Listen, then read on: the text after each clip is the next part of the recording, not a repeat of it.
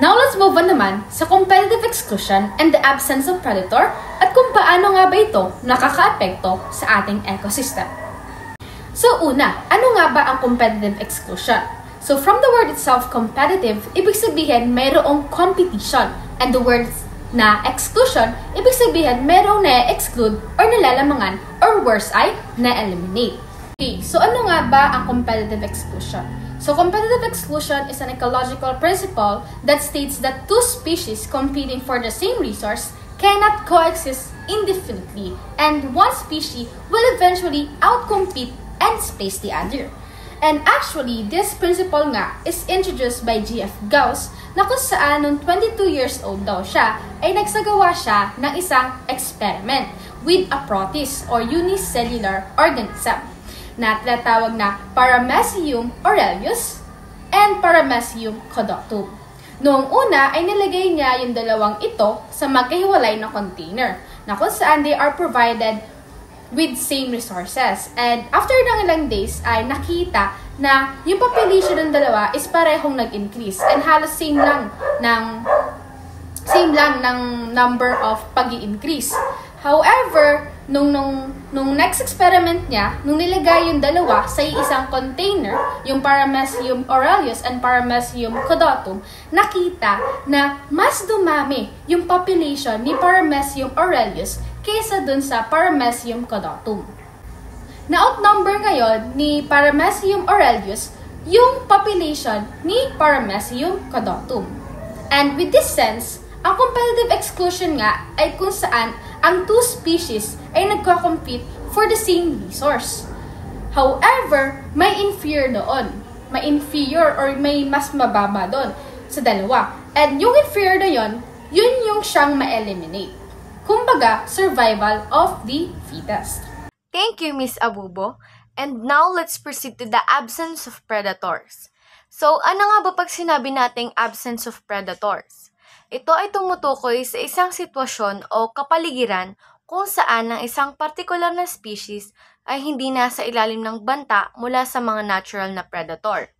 In ecological terms, ang mga predators ay mga organisms na nanghuhuli, pumapatay at kumakain ng iba pang mga organisms o yung mga biktima.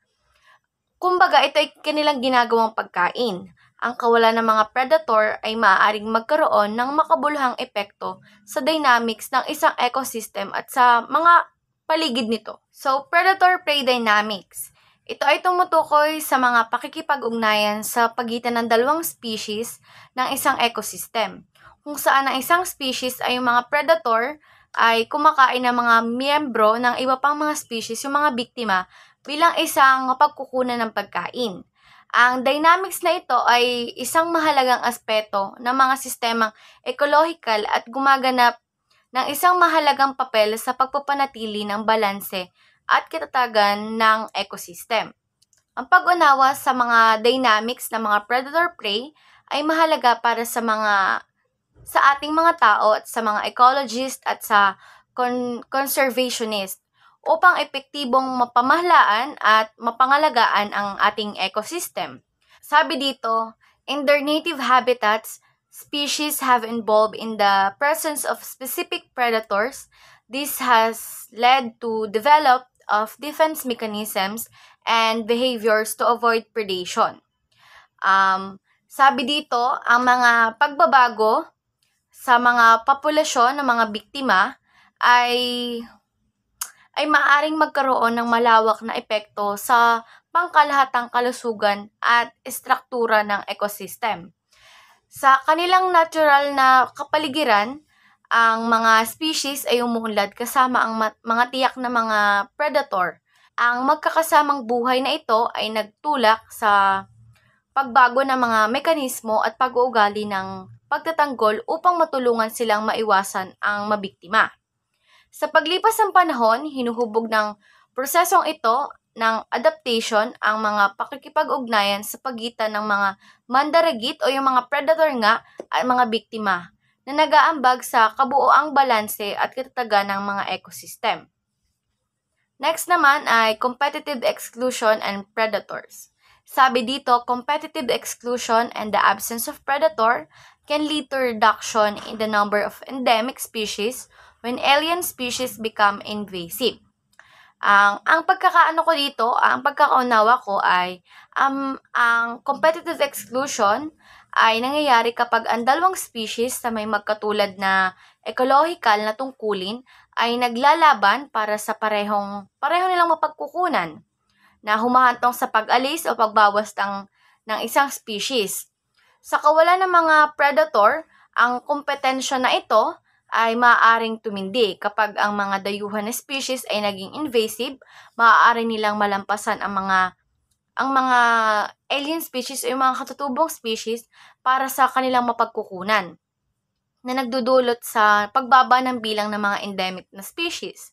Ang kawalan ng mga natural na predators para sa mga invasive species ay nagpapahintulot sa kanila na dumadami ng hindi napipigilan na higit na naapektuhan ang lokal na biodiversity at balanse ng ecosystem.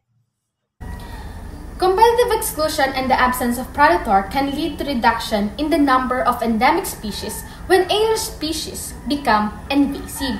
So, paano nga ba pag sinabi natin endemic species? Or ano nga ba ang endemic species? So, ang endemic species ay yung mga species na native or sadyang nandoon na sa lugar na yon. At kapag naman sinabi nating alien species, ito naman yung mga foreign species na dinala doon ng mga human to control some problem na kinakaharap ng lugar na yon or ng ecosystem na yon. However, nagiging invasive ang mga alien species na yon kapag nasisira na nila yung ecosystem at naubusan na or mas nalalamangan na nila yung mga endemic species na yon. For example nga ay yung wild rabbits sa Australia. So, ang mga wild rabbits ay dinala or mga European rabbits ay dinala sa Australia with the arrival of first fleet. However, habang nagtatagal yung mga rabbits doon, ay biglang nag-boom yung kanilang population. It was the fastest spread ever recorded for any mammal anywhere in the world. And nakita nila na napatay nila yung mga native species like endemic plants by removing a strip of bark that prevent future growth ng mga endemic plants na iyon. Kaya naman, nagkaroon ngayon ng reduction or loss ng mga endemic species sa kanilang original habitat. So, next naman dito is the competitive exclusion. Principle states that two species cannot occupy identical niches within a community. So, dito, according to competitive exclusion, one species will have a competitive advantage and survive at the expense of the other.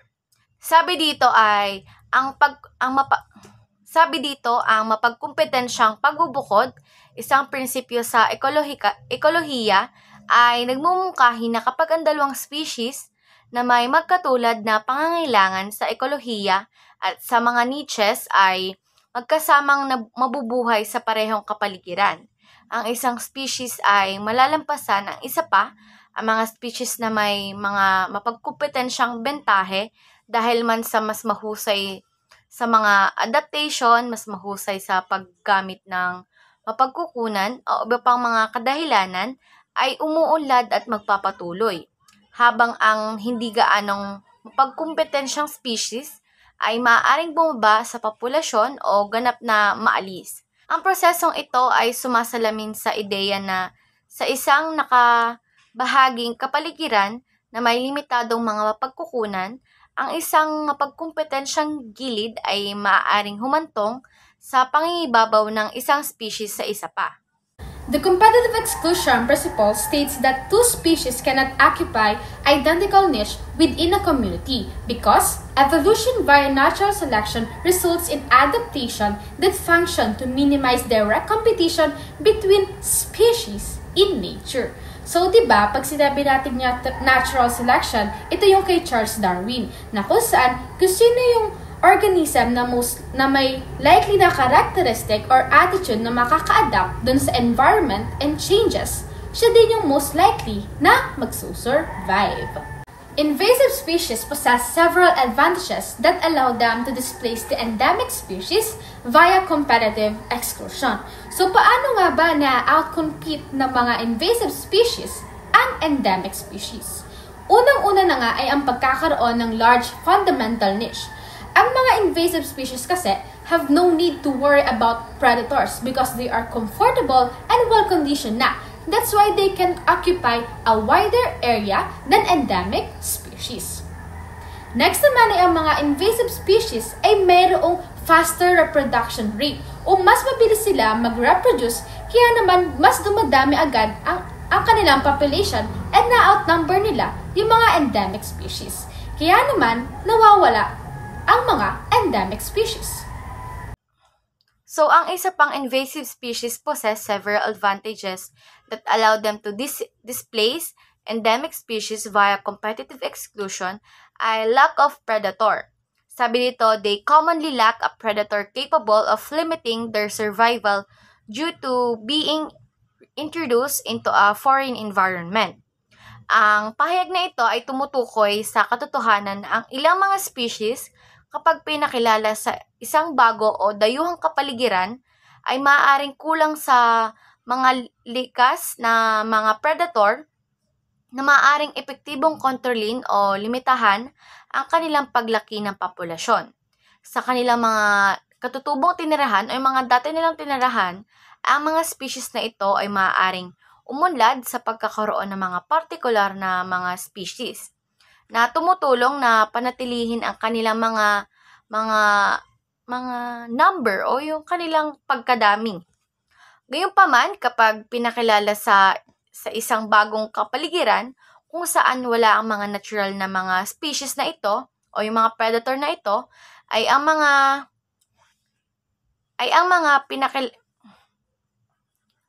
pinakilalang species ay maaaring makaranas ng hindi makontrol na pagrami at kaligtasan na posibleng maging invasive. Ang kawalan ng mga natural na predator sa bagong kapaligiran ay nagbibigay daan sa mga pinakilalang species na ito na umunlad kadalasan sa kapinsalaan ng mga katutubong species at ang kabuuang balanse ng ekolohiya. Sunod naman ay they possess certain features. Ang mga species daw ay pinakalala sa isang bagong kapaligiran, maaari silang magkaroon ng ilang mga tampok o katangian na ginagawang angkop sa kanila sa partikular na kapaligiran. Maaaring kabilang sa mga adaptasyong ito ang mas mataas sa pagsalakay, pinakamahusay na kakayahan sa pagpapahanap o iba pang katangian na nagbibigay sa kanila ng mapagkumpetensyang kalamangan sa kanilang bagong kapaligiran. Ang mga pakipakinabang na katangiang ito ay nagbibigay daan sa mga pinakilalang species na mapagsamantalahan ang mga mapagkukunan ng mas epektibo na lumalaban sa mga katutubong species na maaaring hindi nagiging involved sa parehong mga adaptation. Halimbawa, ang mga tumataas na pagsalakay ay maaaring makatulong sa mga ipinakilalang species na mangibabaw sa mga kompetisyon para sa pagkain o teritoryo. Maaaring mapahusay ng mga pinahusay na kakayahan sa paghahanap ng pagkain ang kanilang kakayahang mahanap at gumamit ng mga mapagkukunan ng mas mahusay kaysa sa mga katutubong species. Sa kombinasyong, ang mga tumpok na ito ay nakakatulong sa tagumpay ng pinakilalang species sa bagong kapaligiran, bagamat ang mga katangiang ito ay maaaring makinabang sa pinakilalang mga species, maaari rin silang magdulot ng banta sa katutubong biodiversity sa pamamagitan ng potensyal na madaig o maalis ang mga lokal na species na kulang sa mga particular na adaptation na ito. Ang dynamics na ito ay makabuluhang alalahanin sa konteksto ng mga invasive na species at binibigyang diin ang kahalagahan ng pag-unawa sa mga ecological na implikasyon ng pagpapakilala ng mga species sa mga bagong kapaligiran. So next is the competitive exclusion and the absence of predators. are key factors that can contribute to the reduction in the numbers of endemic species when alien species become invasive. So, here's an explanation of these effects. Ayan, so paano nga ba naapektuhan ng invasive species ang ating ecosystem? So dahil nga sa pagkakaroon ng competitive exclusion, katulad nga ng nasabi ko kanina, dahil sa mga invasive species na na-introduce sa bagong environment, maaari nilang mauubusan ng mga resources like food, water, and habitat ang mga native species doon, which is yung mga endemic nga. And because invasive species often have faster reproduction rate, they can outnumber the population ng mga endemic species. Plus, most of the invasive species are predators, so they have a fundamental niche where they don't have to worry about predators. That's why they are a threat to endemic species. Kaya yung population ng mga endemic species ay umuunti and often lead to extinction. Next naman na impacts of invasive species in our ecosystem is the absence of predators, which is effect on endemic species. Sabi dito, when alien species become invasive in a new environment where they lack natural predators, they can experience unchecked population growth. This can lead to overconsumption of resources, predation on native species, and disruption of the existing ecological balance. The endemic species, not having evolved defenses against these new predators, may experience population decline or extinction. Kapag ang mga pinakilalang alien species ay naging invasive sa isang bagong kapaligiran na walang natural na mga predator, ay ang kanilang population ay maaaring lumaki ng hindi makontrol. Maaari itong magresulta sa labis na pagkonsumo ng mga mapagkukunan, predation sa mga katutubong species, at makapaggambalan sa balanse ng ekolohiya. Ang mga katutubong species na hindi nababagay sa mga bagong predator na ito ay maaaring humarap sa pagkababa ng populasyon o pagkalipol na dahil sa maayos sa epekto ng invasive species. So paano nga ba naapektuhan ng invasive species ang ating biodiversity o ang pagkakaroon ng variety of life sa ecosystem natin? So dahil nga sa competitive exclusion, because of competition and especially ng mga predators or absence of predators, nagkakaroon ngayon ng reduction or loss of biodiversity. The combination of a competitive exclusion and absence of predators can result in a significant reduction in biodiversity of an ecosystem. Endemic species, often adapted to specific ecological niche, may be particularly vulnerable to the ecological pressures imposed by invasive species. And so, dahil nga doon, nawawala o nababawasan yung mga species na siya nagme-make up ng biodiversity sa ating ecosystem. Next naman dito ay altered ecosystem dynamics, which is ecosystem imbalance. Sabi dito, invasive species can disrupt the natural balance of ecosystem by outcompeting or preying upon native species. This can lead to cascading effects throughout the food web, affecting not only directly impacted species but also other species dependent on them. Sabi dito, ang mga invasive species ay nakakagambala sa mga ecosystem sa pamamagitan ng pakikipagkumpetensya o pagbiktima sa mga katutubong species na nakasisira sa natural na balanse. Ang kaguluhan na ito ay maaring magdulot ng mga ripple effect sa bagong food web o sa buong food web na nakakaapekto hindi lamang sa mga direktang apektadong species, kundi pati na rin sa iba pang umaasa sa kanila, na sa huli ay nakakaapekto sa pangkalahatang katatagan ng ecosystem. And lastly, dahil dito, ay nagkakaroon ngayon ng impaired resilience o yung decreased ability to recover from perceived adverse or changing situation, which is through adaptation. So, dahil nga sa competitive exclusion, ay nababawasan yung ating overall resilience o yung ability natin to recover and to adapt to situation ng ating ecosystem. Kaya naman nahihirapan yung ating endemic species to recover and nahihirapan din yung ating ecosystem na ibalik or ibalanse muli yung way of life o yung biodiversity natin dito. So, for our last slide, nakalagay dito, efforts to manage invasive species often involve strategies such as habitat restoration, control measures for invasive species, and the reintroduction of natural predators. Recognizing and addressing these ecological dynamics are crucial for the conservation and restoration of biodiversity in affected ecosystem. Ang pamamahala sa invasive species ay karaniwang nasasangkot ng isang multifaceted na diskarte, kabilang ang mga diskarte tulad ng pagpapanumbalik ng tirahan, mga hakbang sa pagkontrol ng nagtatarget ng mga invasive na species, at muling pagpapakilala sa mga natural na mga predator.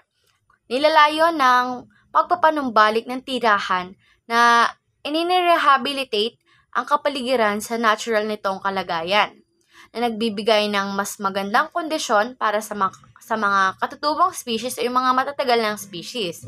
Maaaring kabilang sa mga hakbang sa pagkontrol ng mga paraan upang limitahan ang pagkalat o kasaganaan ng mga invasive species. Bukod pa rito, ang muling pagpapakilala ng mga natural na mga species o mga predator ay makatutulong sa pag-regulate ng mga invasive na populasyon ng species.